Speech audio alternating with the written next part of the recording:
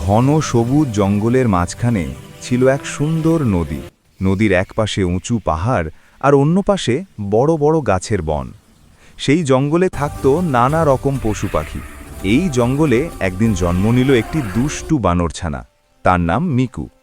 Miku খুব চঞ্চল, সারা দিন গাছ থেকে গাছে লাফাতো, ফল খেত আর দুষ্টুমি করত।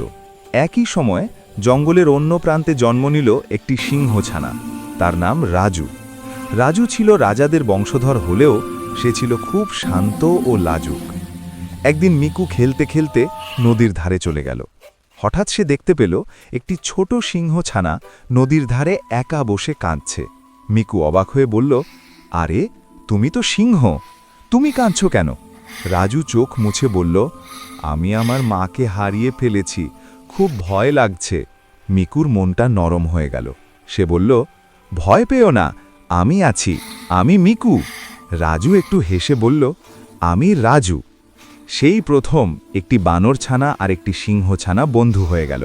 পরের দিনগুলোতে মিকু আর রাজু প্রতিদিন দেখা করত। মিকু রাজুকে গাছে উঠতে শেখাতো, রাজু মিকুকে সাহসী হতে শেখাতো। তারা একসাথে নদীতে পানি খেলত, ফল ভাগ করে খেত আর বিকেলে সূর্যাস্ত দেখত। মিকু বলতো, বন্ধু মানে একা না থাকা। রাজু বলতো, বন্ধু মানে ভয় ভুলে যাওয়া। একদিন জঙ্গলে ভয়ঙ্কর খবর ছড়িয়ে পড়ল। একদল শিকারী জঙ্গলে ঢুকেছে। সব পশু ভয়ে পালাতে লাগল। হঠাৎ রাজু দেখতে পেল শিকারীদের একটি জাল মিকুর পায়ে আটকে গেছে। রাজু চিৎকার করে বলল, মিকু। মিকু কাঁপতে কাঁপতে বলল, রাজু, আমি পারছি না।